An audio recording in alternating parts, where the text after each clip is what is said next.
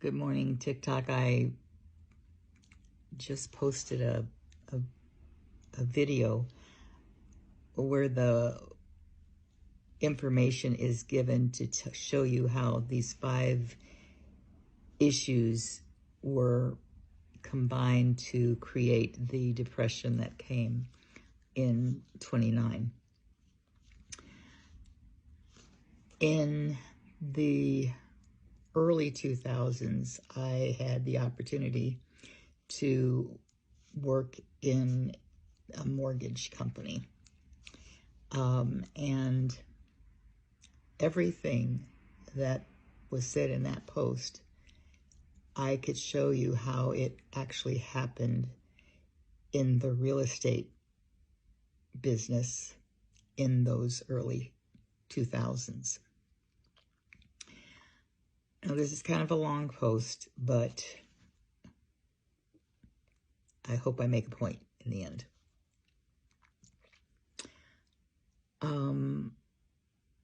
When I got into real estate, and I did pass the real estate test twice. I got my license twice. I let it go twice because I really wasn't using it, and because at the time that I got into real estate, it was kind of flat. There was not a lot of selling. Everything was really flat. And I was told by the people in the school, the real estate school I went to, oh, please, you've got to get on this because there's going to be a rise. There's going to be a rise, and we want all of you agents prepared because it's going to be a big boom. What I didn't know was that they were working on lending programs that were going to allow people to purchase homes just on the word, no docs, no proof of income, no nothing. This is similar, easy credit that they talk about in that post. Now, how this worked was that, and it actually did happen by the time it happened, I went and got into a mortgage company, working in mortgages, not really listing or selling properties. So I learned about the mortgage portion of this from a inside position as opposed to just what I would hear from the outside if I had been in just real estate. So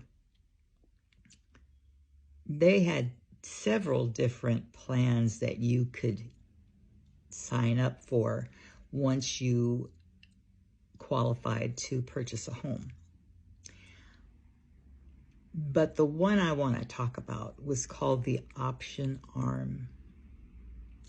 The Option Arm was a program that really was designed for people who were going to use it for their income property, not for their current home that they lived in. Because it had such flexibility, it was very easy to get in a place that you didn't want to be. But if it was just your income property, at least you wouldn't lose your home. You wouldn't be homeless. How the Option Arm worked was that when you purchased your house, you signed up for the Option Arm, and it gave you every month, you could decide which of the 3 or 4 options was available to you. And you would do that based on what was going on with your income that month. So you could either pay the high rise, which would have been 15-year mortgage, pay the amount off if you had a 15-year mortgage, or you could pay it for a 30-year mortgage, or you could pay it 2% of the listed price, or the fourth option was 2% on the interest. 2% on the interest. Now, the problem with these were when you get into something that you cannot really afford, but when they asked you if you made enough money, they asked you in a way that you knew all you had to do was say yes. Like, and you make $500,000 a year so that you can pay for this house? And then you would go, yeah. And then you'd get into the house. And the promise was, oh, don't worry about it. You can fix this at the end of the year because more than likely you'll get a raise or you'll get a new job, or all these pie in the sky thoughts, so that you would sign your life away on a house that was 3 times more than you could afford. But you could get into it because they allowed it with the no docs. All right, so now you get in it. Now, you can't afford this monthly anyway. So which one of those options do you think you're going to take every month? The 2% of the interest. That's the one you're going to take. Now, everything is still building. So where you owed $500,000 when you bought the house, by the end of a portion of time, your bill,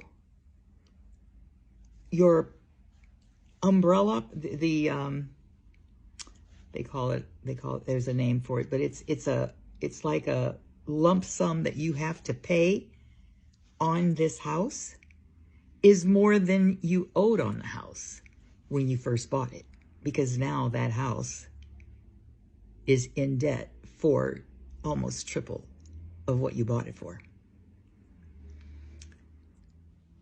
Quite naturally, you're going to lose the house. And that's what happened.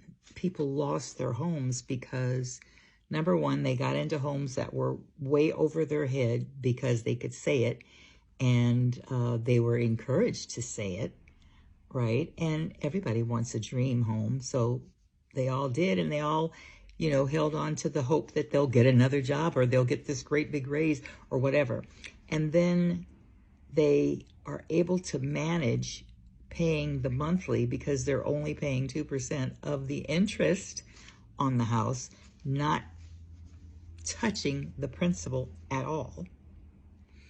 And now they have this big note that they have to pay at the end of this period of time. And there's a word for the note, and if you know it, you can put it in the comments. It's like a combination of everything, and you have to pay it. It's a big bill that you have to pay on what you owe, and it's out of this world.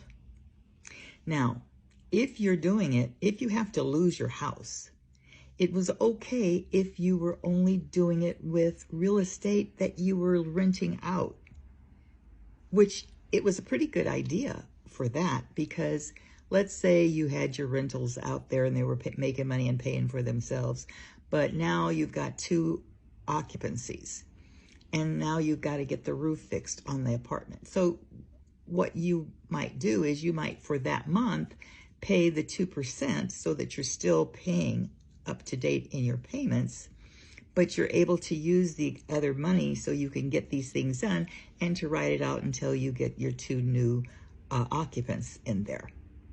But when you're doing it on the home that you live in, that's when things go crazy, because now you're doing it and wrestling with the home you live in, and now you're out in the street.